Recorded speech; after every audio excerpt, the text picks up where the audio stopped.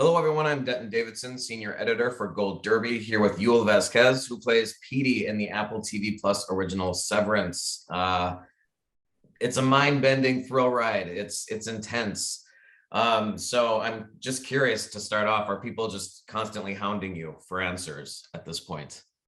Yes, people want a lot of answers, none which I have. I don't think, to be honest with you, anybody has the answers. I think the answers are being conjured as we speak. I think it's a show where you have to sort of surrender to the ride, and I don't personally feel that you have to always have answers for things, you know. Yeah. So I'm okay with that. So I think the answers are somewhere in the ether, but I don't have them. I mean I knew what my journey was going to be, because I knew it from when I had my initial conversations with Ben, uh, but I didn't know what was coming. And you could never, nobody there could have ever imagined what it was going to look like as we were making it. You know, I had an idea because I know the lenses were anamorphic, and I knew Jessica was shooting a particular way, but there's no way that when you see that design, that visual, I mean, it's a design and cinematography and directorial extravaganza. I mean, it is like it's a parade of just ideas and detail. And your character, Petey, is pivotal in sort of instigating the series of events that takes place. He's missing from work in episode 1, which sort of begins that journey. What brought you into the journey of Severance? You know, what intrigued you when you saw the script, or was it Ben, or how did you get brought on board? I didn't know anything anything about the show. I've known Ben for about 20 years. We met in New York while we shared a green room. We were each in different plays at the Public Theater, and we shared a green room. So we became friends, you know. We always liked each other. And then in the middle of the pandemic, really, I was here in Miami, where I am now, and he said, "Hey, man, you know, take a look at this. Let's have a little session, you know." And so I looked at the first 2 scripts, and I was like, my mind just blew, because I was like, this part is incredible. It's incredible. And then we got into the Zoom calls, and we started rehearsing, and then with Dan and Adam, and then we talked a lot about why Petey's behaving this way, what's happening with Petey. Of course, it's all things that no one has ever had a chip put in their head, or at least not that I know of, and try to reintegrate her in Severed. So we had to make it up. We had to make the behavior and the physicality of what was happening to this man. The hemorrhaging is from the reintegration process, and we looked at videos of seizures, you know, and so we sort of built it that way, but which was the process of that was fascinating and thrilling, you know, and in the hands of somebody like Ben, you know, you have to trust, and I trusted him, you know, implicitly. I knew he was never going. I knew he was never going to let me down. I knew he had my back. So I was able to go on a limb, you know, whereas with somebody else, I might be like, oh, I don't know, man. You know, I don't want to put something in your hands that I'm going to regret. You know what I mean? So, but I knew with Ben that was never going to be the case, because I knew his directing. I know his acting. I knew him personally, and I knew he would take care of me. Does that change how you go into a role? Because people know Ben Stiller as Zoolander, a comedic actor, but he's also a very serious, talented director. So, you know, what is it like to go into a film with someone like Ben? I think people know Ben now a lot from his directing. You know, Dannemora was very, very, very serious piece. You know, Walter Mitty, and so I mean, it's endless. I mean, from Reality Bites, which is in the 90s, I believe, you know. So I mean, you know, he's a very serious director, and of course he's a very funny comedic actor as well as a dramatic actor. I've seen him on stage twice, actually. I saw him on Broadway and I saw him at the Public. So he's a very accomplished stage actor, which maybe some people don't even know, you know. So, you know, when you go into a project with a person like that, it's a good feeling, because you feel like you're like-minded folks. So you know that his aesthetic and his attention to detail and is aligned with yours in a way, you know. It's funny. When people say you have excellent taste, it's an incredibly narcissistic thing to say. It's like, you think like me, you know. So you know, but yeah, he's got impeccable taste. I've seen his work. It's flawless. I mean, Dana Moore is incredible, and it makes your job easier. And when the writing is at that level too, I was just saying to somebody that I'm really spoiled now. Because I've had this writing, and you don't always get writing like this.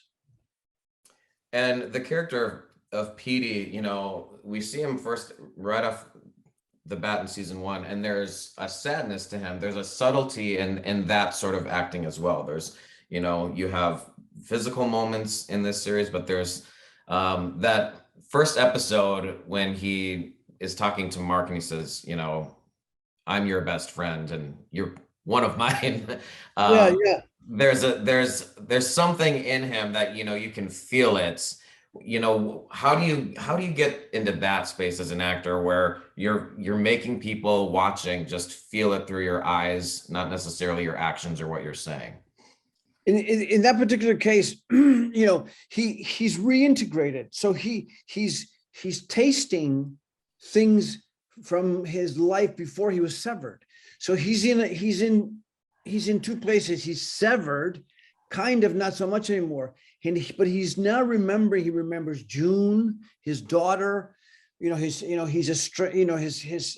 wife that he's divorced from, his estranged wife, and he's remembering things. And there's an element of regret to Petey for having ever severed. You know, I think Petey severs because he's trying to forget a shit life, you know. I think his, you know, issues with his wife, estranged from his kid.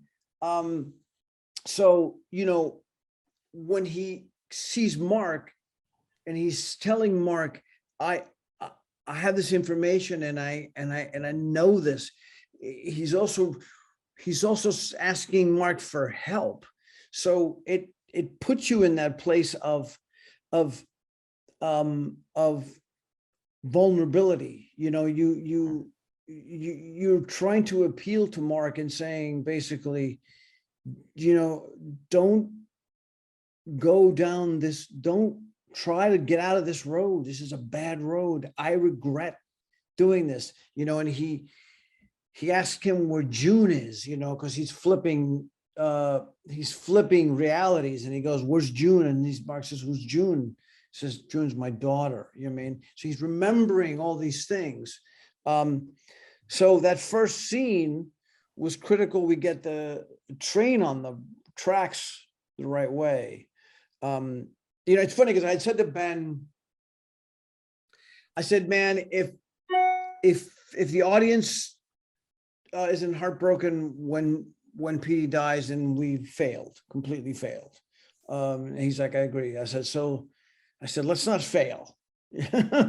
And I think we did it. You know, I think people are like, the response to Petey has been crazy on social media. It's like, bring, you know, more, we want Petey to come back, and like, but you know, Petey lives in a chip, you know. Does that ever worry you as an actor? Like the death, like it's the blood and it's just, I mean, it's over the top. Do you worry like, oh, like, don't make this look cheesy. I got to make it look right because you nail it. But I mean, you've been doing this for decades. So are you just like, oh yeah, I know what I'm doing, or does that still concern you? No, you're always concerned, but that's what I meant by when you trust somebody like Ben. Yeah. You know he's gonna be like, he's not gonna let you, he's watching it and he's saying, let's do this here, let's go right there, and the way he's gonna cut it and everything. You have to trust. Those things are weird, you have to jump into those things because you cannot those situations you cannot sort of halfway them. You have to dive in and you have to hope that everybody else whose hands are in this soup are going to help you. You know what I mean? From the costume to the special effects makeup to the editing to the way it's shot. So yeah, it's nerve wracking, but you have to trust. And when you have somebody like Ben, you can trust. I've done it where I put it in the hands of people that I'd regretted it afterwards, but Yeah. you know, The cast in general, it's such a incredible ensemble. I'm just curious what it's like to be part of an ensemble like that. Adam Scott leads. Of course, you have Patricia Arquette, who's just been she's amazing in this. Britt Lowers, Zach Cherry, John Turturro, and then Christopher Walken comes in partway through the season. So what's it like just to be in that ensemble and part of an amazing cast? it's it's the dream, man. That's where you want to live. That's where you want to play in that sandbox, man. And then to have Ben Stiller directing that. You know what I mean? I had done a film with Christopher Walken many years ago when I was starting out, and he was incredibly nice to me, and I never ever forgot that. He was very generous and very kind to me, and I was at like my third job or something. And then I'd seen him in New York. I'd run into him, and we had mutual friends. So, he's one of those guys, and I've seen him on stage in New York. To see Chris Walken on stage is like, Wow. Yeah, man, it's, so, and Turturro, I knew a little bit, and I never met Patricia and Adam's work. I'd loved, I just love him and what he does and his demeanor and his, and how reserved he is and how sort of real he is. And all, as all my work is with Adam. So I had a beautiful partner across from me who was constantly there. He was really there with me, which I needed. Petey, because the performance had to be completely grounded in reality, in order for you to believe that this was really happening to him. And Adam was a great partner for me, and I'm ever grateful to him for that. Does it feel like for you that Petey is sort of the hero of this season or the series, or do we maybe not know enough? What did you latch onto and empathize with in terms of Petey? The hero, I don't know. I almost prefer anti-heroes. But I think Petey is the heart maybe of the season in a way, because he really is the first person who takes you into the world of the diabolism of potentially what is going on there. When that letter he reads to Mark, that happens in voiceover, sorry for the card, although I'm sure you'd make an awesome niece or something. Yeah. That letter is like, he's telling him so many things, he's like, he's trying to get him to go down the road. So I think Petey is the window, and so it's weird. Whatever he's viewed at by the audience, so usually is completely different than what I needed to get through the part. You know what I mean? Like I need to hang the part on something, usually find one or two things. Sometimes it's one thing, one good thing, and you can hang the part. And Petey was the truth teller. You know what I mean? He was telling you what's happening is not good. You know what I mean? And paying the price for it. Yeah. And you've had such a long, vast career at this point, over 30 years. Everything from serious roles to Bob from Seinfeld to people. I don't know if people still bring that up. The other day I was walking a few blocks from my house, and they're like, "Hey, aren't you that guy?" And I was like, "Yeah, I am." I mean, it's yeah. But that's the power of Seinfeld. You know, Seinfeld had a very long reach, man. It still does. What was that like, being part of that sort of a cultural phenomenon?